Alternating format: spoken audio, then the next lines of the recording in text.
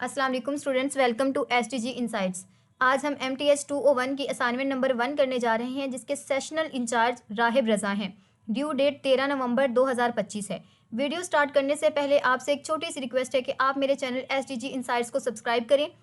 इसके अलावा स्टूडेंट, अगर आप असाइनमेंट का सल्यूशन पेड लेना चाहते हैं तो डिस्क्रिप्शन में दिए गए मेरे इस नंबर पर रब्ता कर सकते हैं। इसके अलावा स्टूडेंट्स, अगर आप प्रोजेक्ट्स बनवाना चाहते हैं, इसके साथ साथ LMS handling, quiz, paid assignment, तो आप मेरे डिस्क्रिप्शन में दिए गए नंबर पर रब्ता कर सकते हैं। आपको बहुत कम चार्जेस में बहुत अच्छी असाइनमेंट तैयार करके दी जाती है। स्टूडेंट, क्वेश्चन नंबर 1 में हमने दी गई एक्सप्रेशन को डी मॉर्गन्स लॉ यूज़ करते हुए सॉल्व करना है, सिंप्लीफाई करना है और इसके बाद इसका सल्यूशन सेट की फॉर्म में लिखना है। स्टूडेंट, ये आपने हमेशा याद रखना है कि इसका सल्यूशन सेट की फॉर्म में लिखना है। जैसे कि स्टूडेंट, ये PDF जिसमें मैंने कंप्लीट असाइनमेंट सॉल्व की है, ये आपको डिस्क्रिप्शन में दे दिया जाएगा। इसके साथ साथ स्टूडेंट, अगर आप पेड सर्विसेज लेना चाहते हैं तो आप मेरे दिए गए नंबर पर रब्ता करके सारी पेड सर्विसेज ले सकते हैं। तो हम चलते हैं हमारी मैथ टाइप पर। स्टूडेंट, जैसे कि हमें गिवन क्वेश्चन में या गिवन स्टेटमेंट में दो स्टेटमेंट्स दी गई थी बेसिकली, और उनके दरमियान कौन सा ऑपरेशन यूज़ किया गया था, और का। तो स्टूडेंट, हमने इसे दो ही पार्ट्स में डिवाइड कर लिया। पहले पार्ट को यानी कि x smaller than x minus 2, उसे p का नाम दे दिया, और जो हमारे पास x greater and equal to 5 था, उसे हमने q का नाम दे दिया। तो स्टूडेंट, इसी को अगर हम सिंबॉलिक फॉर्म में लिखें, जैसे कि आप सबको पता है कि और सैम्बल के लिए हम कौन सा सैम्बल यूज़ करते हैं। तो स्टूडेंट, आपको याद होगा कि हम और को सैम्बल वेल से रिप्रेजेंट करते हैं, जिसे हम डिसजंक्शन भी कहते हैं। तो स्टूडेंट, ये MCQs आपसे पूछे जाते हैं इस तरह से। इसके बाद स्टूडेंट, हमने इसे डी मॉर्गन्स लॉ यूज़ करते हुए सॉल्व करना है। आपको याद होगा कि हमने 9th-10th में भी डी मॉर्गन्स लॉ पढ़ा था। तो स्टूडेंट, यहाँ पर फ़र्क सिर्फ इतना है कि यहाँ पर वेल और हैड का साइन यूज़ हो गया है। तो स्टूडेंट, ये जो बाहर नेगेशन आप देख रहे हैं, हमने एज इट इज़ दोनों के साथ इसे अप्लाई कर देना है, और जो दरमियान में वेल का साइन था उसे कन्वर्ट कर देना है हमने हैड के साइन में। इसके बाद स्टूडेंट,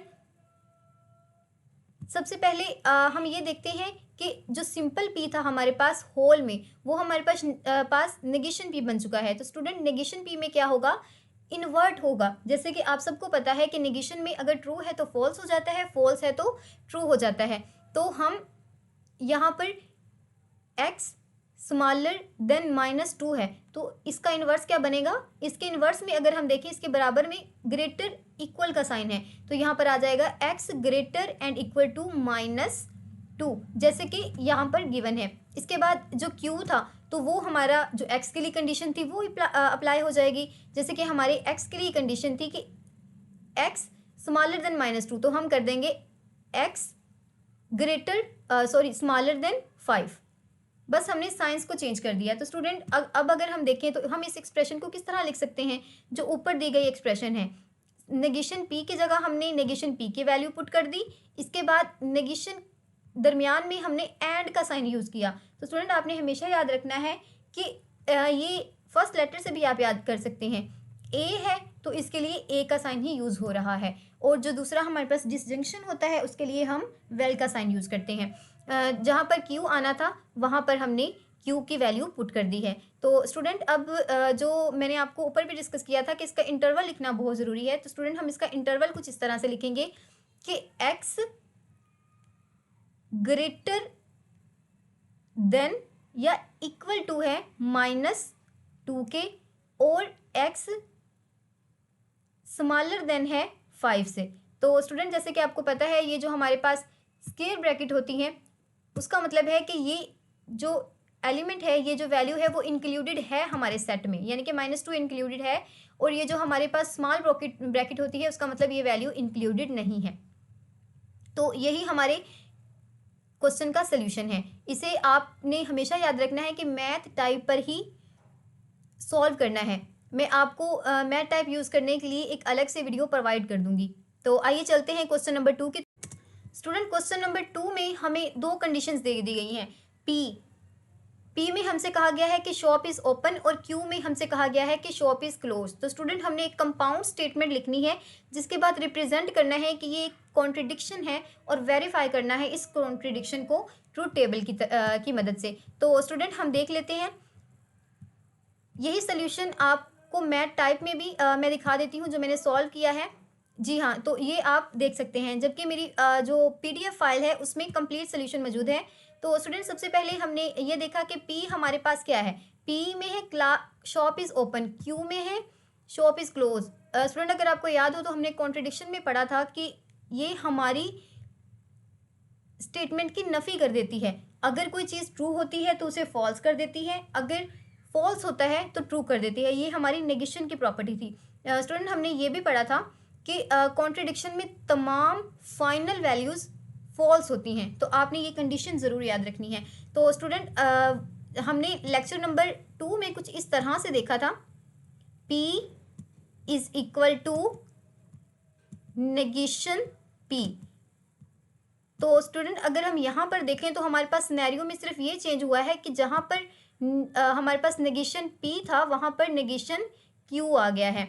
तो हमारी स्टेटमेंट कुछ इस तरह से होगी जिस तरह के आप यहाँ पर देख सकते हैं। स्टूडेंट मेरी ड्राइंग पे मत जाइएगा आप। इसके बाद हम देखते हैं कंपाउंड स्टेटमेंट। तो स्टूडेंट इसकी कंपाउंड स्टेटमेंट किस तरह होगी, हमने उसका नेगेटिव लेना है, तो shop is open and shop is closed. इसके बाद स्टूडेंट हमने इसकी वेरिफिकेशन भी करनी है। तो वेरिफिकेशन किस तरह हम करेंगे, हम 3x3 का एक टेबल बना लेंगे MS वर्ड में। स्टूडेंट आप यहाँ पर देख सकते हैं, यही सोल्यूशन MS वर्ड की फाइल में भी है। अगर आप पेड लेना चाहते हैं तो आप मेरे नंबर पर रब्ता कर सकते हैं। स्टूडेंट तो हमने फर्स्ट को ट्रू कर दिया और सेकंड को फॉल्स। तो स्टूडेंट यहाँ पर नेगेशन क्यू है, तो आपको पता है हमेशा हमने उसके ऑपोजिट कर देना होता है। तो जहाँ ट्रू था वहाँ हमने फॉल्स कर दिया और जहाँ फॉल्स था वहाँ पर हमने ट्रू कर दिया। तो स्टूडेंट आपको याद होगा कि एंड ऑपरेशन में कोई भी चीज़ ट्रू तब होती है जब दोनों स्टेटमेंट्स हमारे पास ट्रू हों।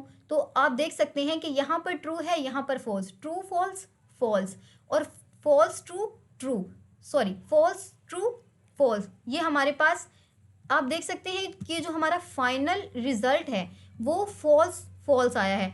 तो हमने पढ़ा था कि ये कॉन्ट्रडिक्शन है, तो आपने लास्ट पर ये भी मेंशन करना है, because the final column of truth table values are false the statement is false. अब हम देखते हैं क्वेश्चन नंबर 3 हमें क्या दिया गया है। स्टूडेंट क्वेश्चन नंबर 3 में कहा गया है कि a shop owner says if a customer buy more than 10 item then they will get a discount. Customer कहता है कि अगर शॉपकीपर कहता है कि अगर कस्टमर 10 से ज़्यादा आइटम बाय करते हैं तो उन्हें डिस्काउंट दिया जाएगा। हमारे पास दो कंडीशंस हैं। Right the conditional statement in symbolic form. सबसे पहले हमें कंडीशनल फॉर्म को लिखना है सिंबॉलिक फॉर्म में। इसके बाद हमें इनवर्स और कन्वर्स को वर्ड्स में, इसके साथ साथ हमें सिंबॉलिक फॉर्म में भी रिप्रेजेंट करना है। तो स्टूडेंट इसमें हमसे दो बातें कही गई हैं। सबसे पहले तो हमें वर्ड्स में लिखना है और उसके बाद सिंबल्स में भी लिखना है, और जो हमारे पास पार्ट ए है उसमें सिर्फ हमें सिंबल्स में रिप्रेजेंट करने को कहा गया है। तो आइए देखते हैं इसका सोल्यूशन। स्टूडेंट क्वेश्चन नंबर 1 में जैसे कि हमारे पास पी स्टेटमेंट है और क्यू स्टेटमेंट है। स्टूडेंट सबसे पहले हम इसकी सिंबॉलिक फॉर्म, अगर आपको याद हो तो जहाँ पर भी कंडीशनल स्टेटमेंट आ जाती है वहाँ उसे हम फॉरवर्ड एरो के सिंबल से शो करते हैं।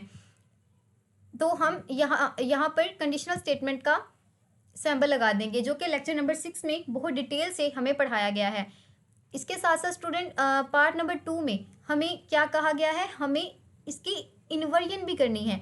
तो स्टूडेंट इसका इन्वर्स क्या होगा, जैसे कि मैंने आपको क्वेश्चन नंबर 2 में भी बताया था कि इसके इन्वर्स में हम पी के साथ भी निगेशन लगा देंगे और क्यू के साथ भी निगेशन लगा देंगे। स्टूडेंट और हमारे पास जो दूसरी रिक्वायरमेंट्स थी कि हमें इसे वर्ड्स में भी लिखना है। तो अगर हम वर्ड्स में लिखें तो किस तरह होगा, जहाँ यहाँ पर ऊपर था कि a customer buy more than 10 item. तो स्टूडेंट इसका उलट क्या हो सकता है, if a customer buy 10 item are less than 10 item, तो वो इसकी नेगेशन हो जाएगी। और नेगेशन क्यू क्या होगा, हम ऊपर देख लेते हैं कि क्यू क्या था, वो था they will get a discount. तो इसका नेगेशन हो जाएगा then they will not get discount. अगर वो 10 या 10 से कम बाय करेंगे तो वो डिस्काउंट हासिल नहीं कर सकते। तो स्टूडेंट इसका रिजल्ट हमारे पास क्या आता है, if customer does not buy more than 10 item, अगर 10 से ज़्यादा आइटम नहीं ले रहे तो उनको कोई भी डिस्काउंट नहीं दिया जाएगा।